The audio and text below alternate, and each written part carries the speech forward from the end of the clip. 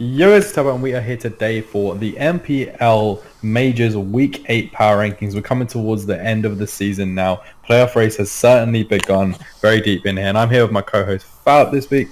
Would you introduce yourself? Hello guys, welcome back. It's been a really tight week as usual, and now we're going to jump into our little weekly recap segment this week.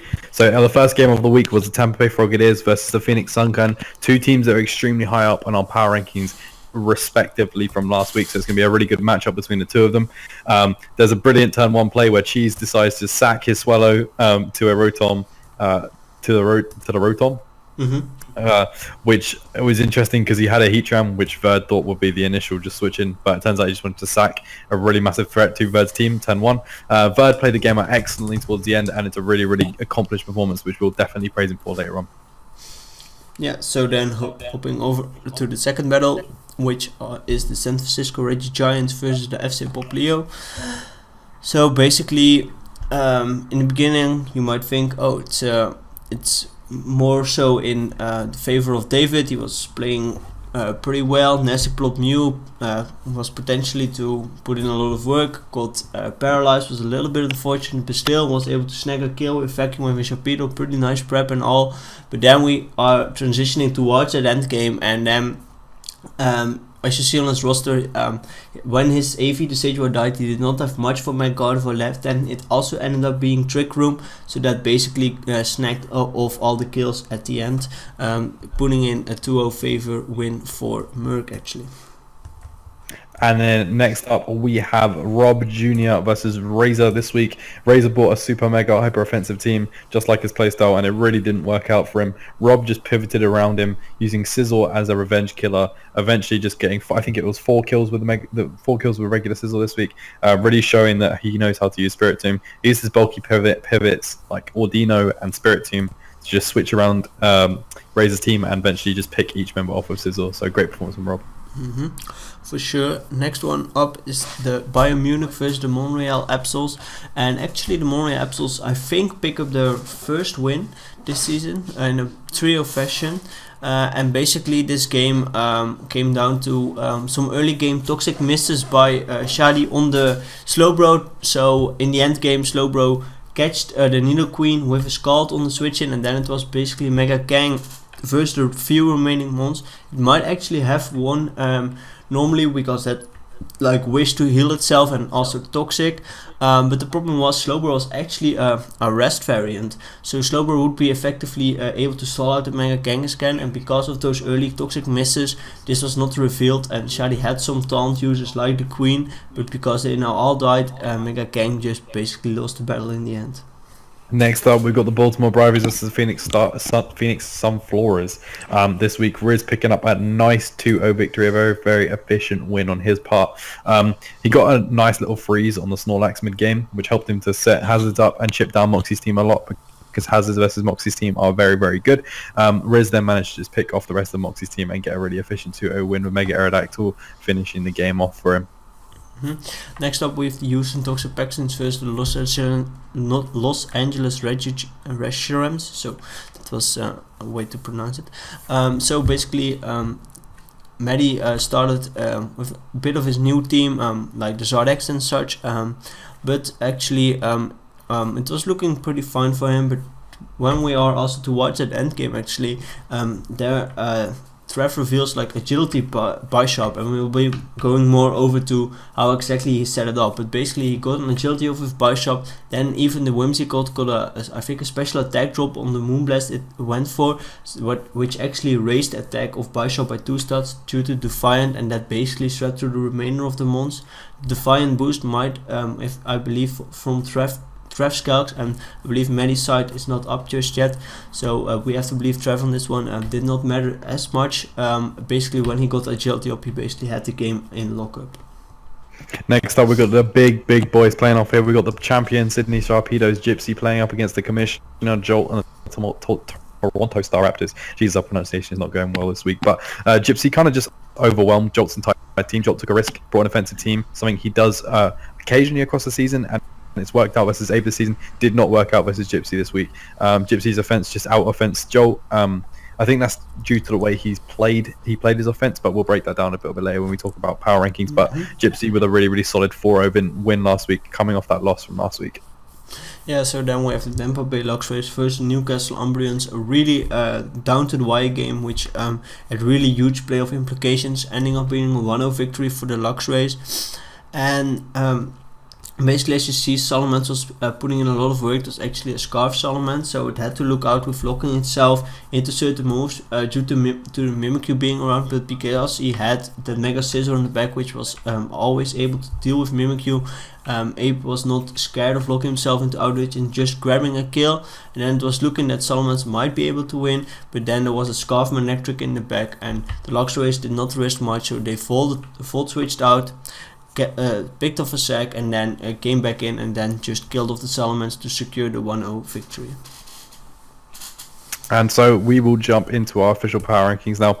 Again, we've got a few discrepancies, a few slightly dissimilar power rankings, but I think that's just opinion based. But we do have the same person at the bottom. We do have Razor and the Chicago Bewares at the bottom. Again, I just don't think his prep was right this week. A very, very offensive team against Robs, who's got a very, very some good bulky pivots which could easily sort of just switch around the offense that Razor brought. Razor brought a team which he probably should have brought a couple of weeks ago against, I think it was Trev, when he didn't bring the Suncore. So I think Razor's prep was just a bit off the season. Although, ironically, Razor's position seems a bad one. He's probably been having one of his best NPL seasons he's ever had. It's a bit confusing considering where he is in the table, but he's also had a few good wins and a few good performances this season. Unfortunately, this just wasn't one of them, so it's just unlucky this week. Yeah, you covered it pretty much. I think one thing you have to give him credit for is, I think towards the end, Megalatios was in. It was like one of the few remaining mons on his team. He was in, I believe it was actually on a mon like Scissor. It expected the Sharpedo to come in, went for an energy ball, as indeed Sharpedo did come in, and it just dropped flat out. While if he went for, like, if he had an HP fire on the Scissor and he went to Sharpedo, it would lose him a lot of momentum, potentially the game, because it would be able to also get a speed boost and then just go from there. But that was a really nice prediction. But then later on, Scissor could actually come in and just set up an SD and win because he had no HP fire. So that energy ball was a nice stack and it was a nice prediction, but because he had no HP fire, the Scissor was really threatening. While it was also in the whole game, it was actually really able to put in a lot of work due to his team structure. That's completely fair enough. And we're going to number 15 now. I've got David and AFC Populo. I've tried to have faith in you, David. It's just not been working for you. You took a fat loss to Merc this week. To some extent, it's not your fault. You did compete really well in the early game, but it just shows when you've got a bad draft, and then Merc's got a not great draft, but it's a better draft than yours. It's really hard to stay in the game when someone's just got a fundamentally better draft than you. And when you've got a top tier mega like Mega Gardevoir against David's team, which is not amazing, it's going to do work, and it did work this week, and I think he can't really be blamed for that. He just fell out of the game late game, and Merc just took advantage of that and got an efficient win. So while I have him at number 14, I will go over him first because we're now talking about him, so why not? So I think I think you thought you said much about the game, which is actually all pretty true. Of course, in the early game, it was pretty much in David's favor. The Mega Swampert was able to, with Power Up Punch and such, was able to do some great damage, and then transitioning to the end game, I believe, if I believe David right, there was a roll on AV Decidueye to kill it actually with the Mega Guard's Hyper Voice. So if he did not kill it and he was able to either do a lot of damage or just flat out kill the Mega Gardevoir, this game would have shifted tremendously. He even won right there and then, but he didn't. And then towards that end game, the problem was just that Trick Room on Mega Guard, which really put him off because he was playing towards that cleanup with Claventula and was looking that he might be able to do it, but because of the Trick Room play, the Mega Guard actually cleaned up. So yeah, that's about it. But at number 15, you have the Moltres Habsel, so we might as well break that down. Mm-hmm. Yeah, so he got his first one this week, but the main problem is that he's basically out of playoff contention. because of his record and just it's not his own team. So I also have to look at those stats for sure, and that's also why he's so low, because he has no real chance at playoffs. While some teams above him might have not have the best season, like Merck for example, but he still has some small playoff chances. So that's why he's a little bit higher than Esther. Of course, this week it was a pretty great battle. I think he played around Pursuit Weaver pretty nice with the, Latios just staying in and doing a lot of damage. Specs Ninetales was a cool bring. Rest Slowbro clinched him pretty much the game, and also he did some great editing in his videos. So definitely go watch Esther's side if you haven't already. That's pretty cool. But next up, I have Esther's opponent at number 14. We have the Bayern Munich. Now, I've got the Bayern Munich at number 14 because it's been one of the most underperforming seasons for Shadi. I think he's really underperformed. He's in real contention for actually getting relegated, and for a player of the PPL's quality of Shadi, I think that's not a great performance to stand out from him. His team wasn't great drafting it. We said that week 1, and he hasn't really showed anything this season. This game, Absol Asta did him with some great prep and out-edited him as well, but that's another story. I think that Shadi just needs to bounce back. It's really difficult considering next week opponent he's coming up against the Verd, who is on a tear at the moment, so Shadi is not looking good for him, and he just needs to avoid relegation at this point in the season. You already talked about the FC Popular, but fortunately for you, your number 13 is Shadi, so you just carry on where I left off. Yeah, so with Shadi, I think you pretty much nailed it quite well. This game, again, Esther basically out-prepped him, made a few plays like staying in with Latios, which really shifted momentum into his favor. Of course, the toxic misses were a little bit unfortunate, and Esther catching the Nino Queen switch in late game with Slowbro also was really big. But still, as you mentioned, normally we expect Shai to be on at the top of the league, definitely in playoff contention, even going like quarters, semis, maybe even win it. But that's really rare. But still, this is a really underperforming season. I hope he definitely will bounce back in the future. But yeah, this season is not truly over. He still has some chances, but still, it's pretty far away. Yeah, and just to carry on from that, my number 13 is in fact the Montreal Habsols. So as you already mentioned, Asta, as I've already mentioned as well, I'll keep it brief because we talked about Asta a lot. Great prep, great plays, made the plays that shifted the momentum in his favour, which is really good of him, and he did some great editing as well, which we always love, so make sure you go and drop Asta a cheeky little substitute subscription. But at number 12, we both have Merck. I'll do it first. Merck got a big tasty win this week against David. He hasn't moved up a huge amount for both of us. Actually, he has. He's moved up 3 places because of both of us, because all the teams around each other sort of played this week. And Merck topped the lot on that lot with a big win, using Mega Gardevoir effectively. Of course, the roll on Decidueye was a big deal in the game, but I mean, Merck did what he needed to do to win, and I think that's the key in essence of the game. Yeah, all fair. So yeah, Merck's also my number 12, and yeah, this week he did win the game. It was, of course, the early game was not looking that great, but in the end he definitely was able to clinch it out. He had some help prepping, but still it doesn't take away that he has had some pretty nice prep this week.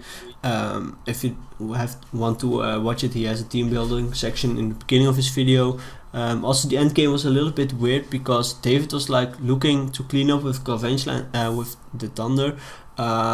Then the problem is he went into Mew to like sack it off to Gardevoir and then come back in with like Garchomp to because it was Scarf. But if he just stayed in with Garchomp, went for the attack, put the Mega Guard into range for Garventula, he was also actually able to just clean up with Garventula. Why? Because Merc kind of made a misplay and did not Trick Room up immediately on the Scarf Garchomp, which meant that if David made the correct play, he could have actually won the game. While if Merc just went for Trick Room that first turn, then he would have definitely clinched it. But still, because David decided to sack Mew, Merc was able to set up Trick Room on the following turn, and then still able to win with Mega Card. But that's something to keep in mind. He actually might have just almost lost him the game. So that's something to note.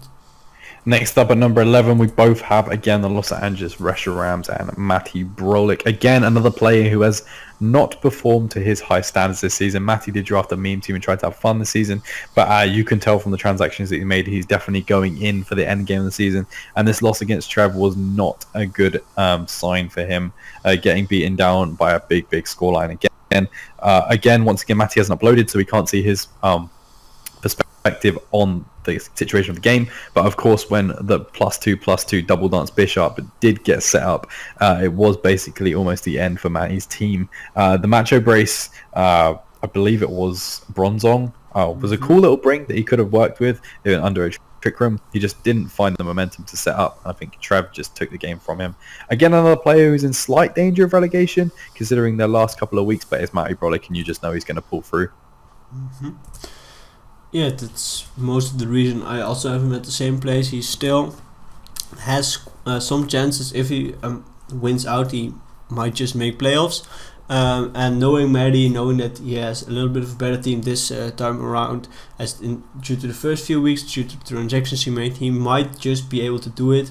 Of course, this week was a little bit of a tough week because he lost to Trev. Don't know if there was much that he could have done differently.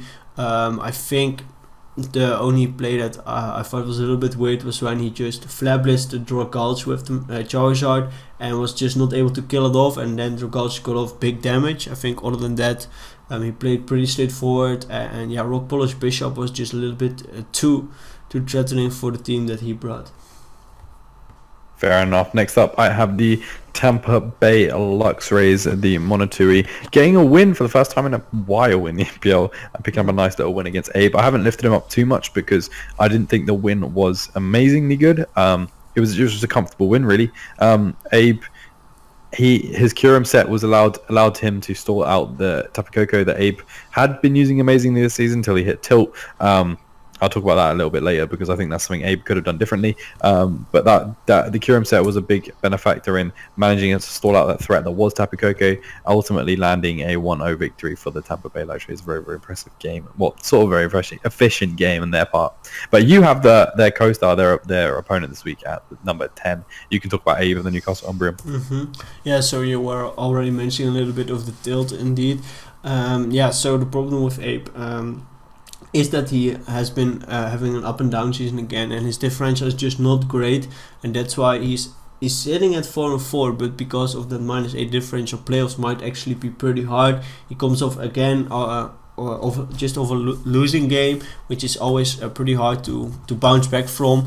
It was of course a really close game. As you mentioned, I think the Goku could have definitely either played a little bit better or just maybe a little bit of different set, but I think just playing it a little bit better was just would have been enough. Also on the Manek trick, I think he could have just went hard to Nido King because could live anyone hit. It was pretty obvious that it would just fold switch out. Now it was able to just fold switch out because he did not went to the Nido King basically, and then Megalopen came back in. Abe did not have an answer and he pretty much had to sack something. So I think definitely in the game Abe made some slight misplays and that really costed him this game overall.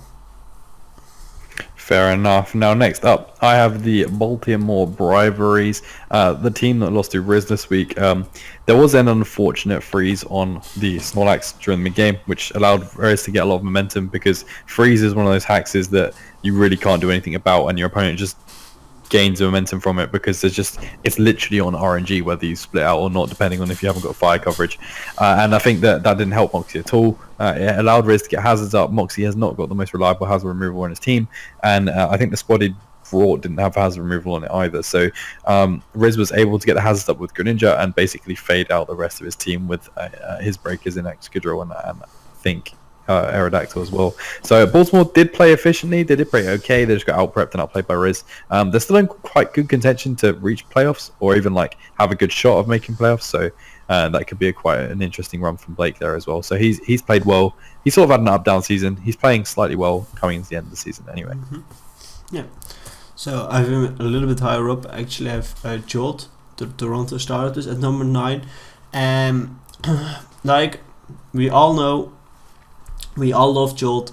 He's the mom of the NPL, and of course, as of late, he has a little bit of up and down season. That's quite, that's something he's been struggling with as of late. That's all fair, but I don't think it was smart to go in this week like he did. He went in with the mentality of like, this could either just maybe work against Gypsy. I don't think it will work, but it might. So he basically brought offense, and he said, I'm also going to put on the timer for full pressure. I'm not a fan of timer at all, especially not when you try to use it as like some kind of win con. But this is Jolt. He uses everything he can just to win. He's also the guy that brought Clefable, I believe, to a war game, so that's all fair. But yeah, Gypsy basically countered the offense with offense, made some nice predictions around Jolt, and was able to really squeeze out the win pretty effortlessly, because of that Jolt did not bring his best team. But then you look at the playoff standings, and because Jolt lost in a pretty big fashion, and his direct concurrent, which is the Gotham City Golux, actually won in a pretty big fashion, he's now standing 4-4 -5, while the Golux are 5-3 +11. So yeah, they still play each other, but if the Golux just win their other game, and then it comes down to differential, and because Jolt is so far behind on differential, he might just, even if he wins from the Golux, he might just not make it. And that's why I don't think it was a great idea to take this risk that he did this week. I think he should have just went full in on Gypsy and tried to win the game, because then he would have been able to make playoffs. And yeah, of course it's hard to beat Gypsy the second time around, but not making playoffs is, I think, even worse. So that's just my little bit of rant about it.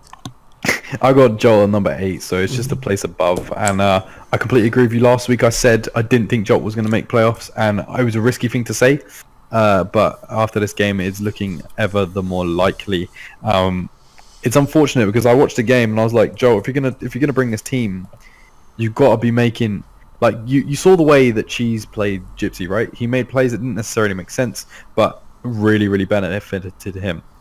Turn 1, the Rotom Wash, could have clicked Hydro, could have clicked Volt Switch, or I think it was Hydro Volt Switch. One could have got a lot more damage than the other. Gypsy stayed in expecting Jolt to make the safe play, Jolt made the safe play.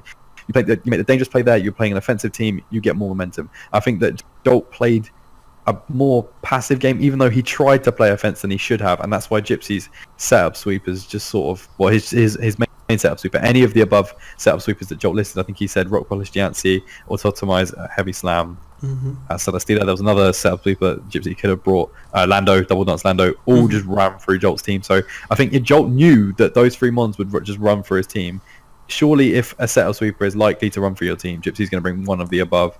And I think that's just not smart prep on his part, which is really unlike Jolt. It was just an interesting, weird game, to be honest. Not one to watch if you are a fan of classic Jolt victories. I'd highly go and recommend watching something else if you want to go and watch Jolt win. But I mean, he'll learn from this and just play on. Hopefully, he can make playoffs, but it's looking ever the less likely. Yeah, so on number 9 I have the Tampa Bay Lux Race, which of course a little bit of a losing streak, but now they actually won again from a direct concurrent, so that's really nice actually for him. And also I think this week he just played to watch his win cons, a pretty straightforward game. The Toxic Roost was pretty nice on the Curum. I like that set, and overall in the standings he's seeing that it's still might be a little bit tough, because he is 4-4, still -5 differential, not that great, so he still has to probably win out to be 100% sure, but one win might just clinch it. But it's probably still a pretty tough play on front, but still very much possible. That's why he's still at number 8, which is actually just the dividing place for playoffs or not. Fair enough. I'm gonna have his opposite number for this week, the Newcastle Umbreon at number 7. But I've dropped a fair bit this week because he's just on some unbelievable tilt. I think across all of his leagues, as of the last couple of weeks, he's had some pretty painful losses, and I know from speaking to him himself, he's really cut up about this. He just needs to get in his head that he's got to get out of this tilt. He is now, I think, potentially in contention for relegation as well as playoffs. Like, that's nuts. That shows the competition of the league itself, considering Abe can make playoffs and or get relegated, which is slightly nuts. But the main problem with Abe is his differential is absolute dog shite, and Therefore he needs to be really careful when he plays his games, because he either has to win big because he wants to make playoffs, that's his goal, or if he's going to lose, he's got to lose small so he doesn't damage the differential that he already has. So he's in quite a difficult situation with a couple of hard games remaining in the season. For me, I think it's a slight reach for him to make playoffs because he's got to rely on some other games. I think when you've got to do that, it's out of your hands, and you're less likely to do it because of that. It's unfortunate because he had such a good start to the season, but I think those big losses have not helped him out at all. Mm-hmm. Yeah, so at number 7 I have the Baltimore Braviers, which are also a little bit in the same spot, but have a lot of better differential. They are 4-4 with a +1 differential, and I think you have to give credit where credit is due, and I think the Braviers have a pretty great run this season, especially compared to the previous one where he did not have his own draft. I think this season he's proving everyone that he is a little bit of a dark horse. Of course, he lost to Riz in this time around. Still was a pretty close game. Also, the freeze might have mattered a ton. It's hard to tell how the game would have played out if there was no freeze. So I don't think you can tell too much about it.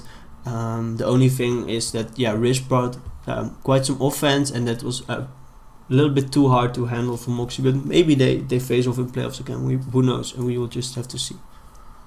That's completely fair enough. Next up, I have Mr. Trev at number 6. I believe he has gone up for me again. It was a pretty solid win against Matty Brolik. Okay, Matty hasn't got a great team this season, but he's still Matty Brolik, and that was a really, really solid win against him. Good little prep with that double dance Bishop as well. Really, really nice. Coming in clutch and just sort of cleaning up the end game. Trev it was a really simple game, actually. Just set up the conditions that he needed to win and got the win. Very, very efficient. Trev coming in as a little dark horse again. I said it earlier in the season, the power rankings. He could be a little threat in playoffs, considering he's got a few championships under his belt, and you never know, he's got that experience. So that's Trev. Look out for him. Not really much to say, purely because it was just pure efficiency. Mm-hmm. Right, that's all fair. So I have actually Gollum Silicolics number 6. So again, he had a pretty nice win this week, putting him at 5-3, which is just inside of the playoffs, and he is in the same conference as Jolt. So we talked a little bit about it, but because he has that great differential of +11. If he just wins out, he has his own playoffs in his own hand, so that's pretty nice. And also because Rob is doing pretty great as of late, as of the last few weeks, picking up some great wins. I think he will transition this momentum into the last 2 games and just make playoffs. And I think this game I really enjoyed how he used Scissor as, like, this time around he brought as the offensive Scissor with Iron Blade just to change it up. He has brought a defensive Scissor quite some time, and also Spiritomb was really nice with I think it had a clutch Sucker Punch on Venusaur, and then Shadow Sneak on the Nasty Plot from Thunderous, and then Sucker it after. It was really, really great playing by Rob, and that shows that he has really that smoke on background where he really knows when and how to make certain plays. Yeah, just to follow on from that, because my number 5 is Rob.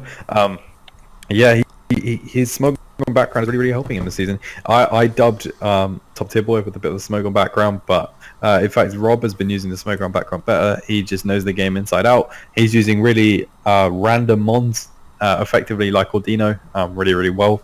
So Ordino's been one of a regular fixture in a lot of his games this season, and he's actually been using it really, really well.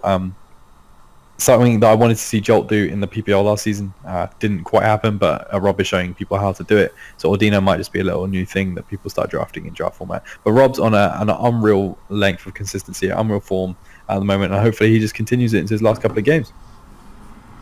Yeah, that would definitely be nice, and I think he definitely can do.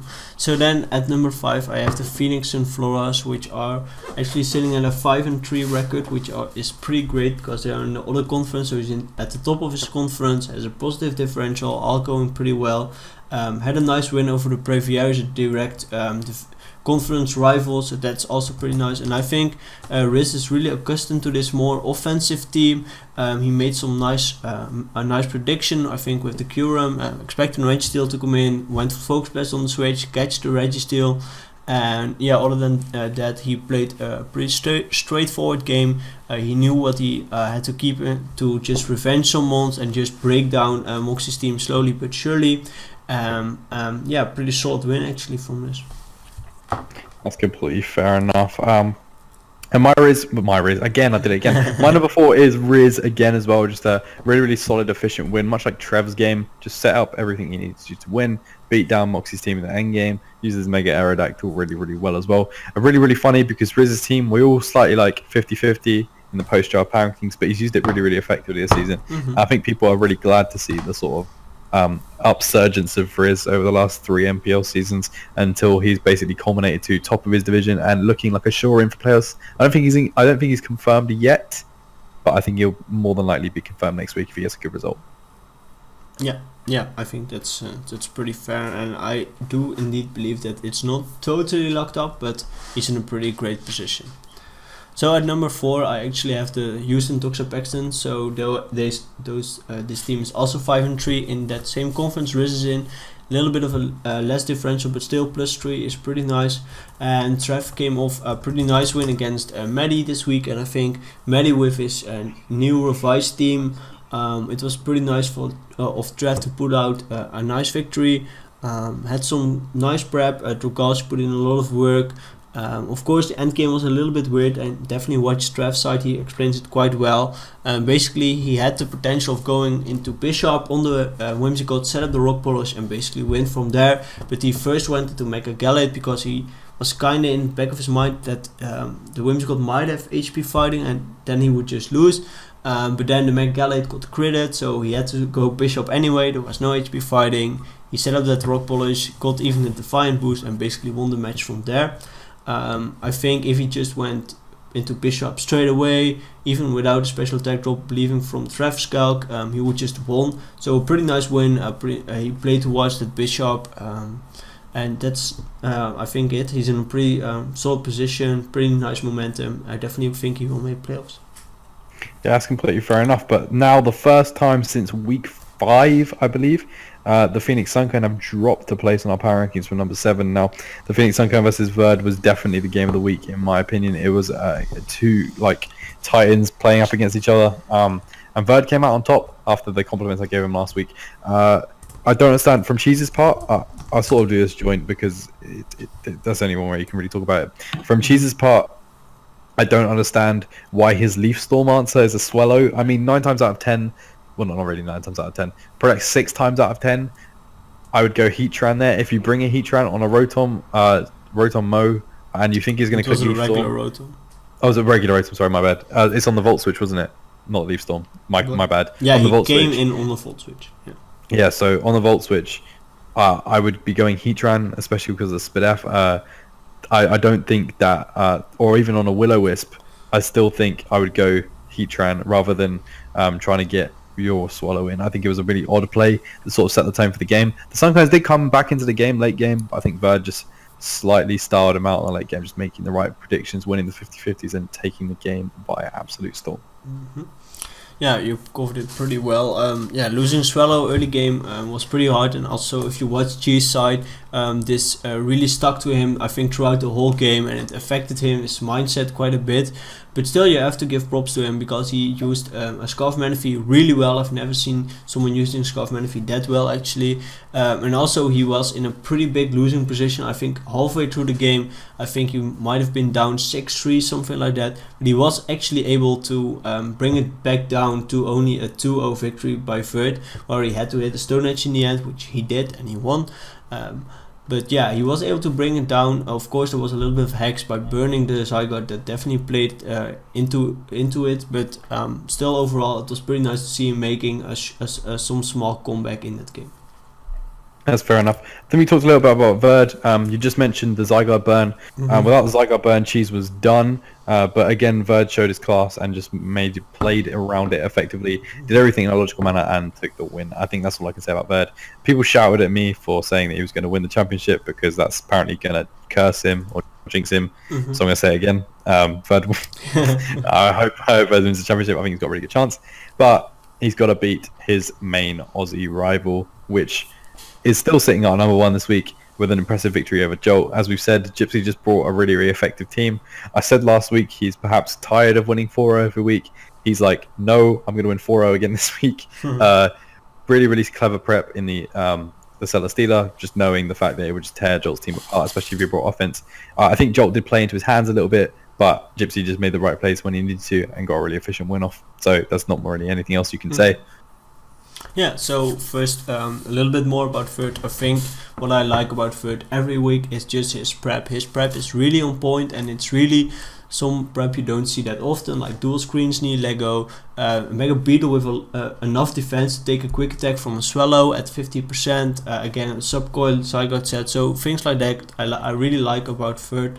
And then if we indeed go to Gypsy, I think he played a pretty nice offensive game. He also made some really good plays. Again, he just set up rocks with Magdianci on the road to Mush, not even fearing the Hydro Pump. And then later on, he went hard into Magdianci on the Terrakion, which went indeed for an SD, and he caught him right there, gained some momentum from it. And also Scarfire Dragon, he has brought it in the past, but it does work every time he brings it, and that's really props to him. Yeah, completely fair enough. I think that rounds off our Week 8 power rankings. The teams that are looking like they're going to make playoffs are starting to show there's some interesting battles down at the relegation side, and the people trying to reach for playoffs as well. So it's all going to get interesting. Make sure you keep checking out the coaches' videos. Hopefully Matthew's video will appear from this week, as well as a few others that perhaps haven't been uploaded. But otherwise, make sure you check out the majors, minors, and all other analyst videos, although I think ATR stopped a couple of weeks ago. And that's going to be me out. If Phalop has to say anything else, go for it.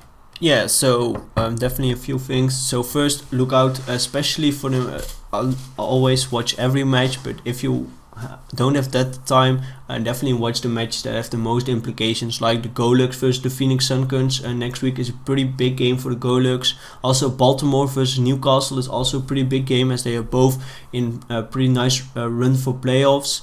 I think those are like the two main games. I think even the Reshrams versus the Phoenix Sunflowers is also a pretty big game, because the Reshrams has a small chance of making playoffs, while the Sunflowers only need one more win to clinch a playoff spot.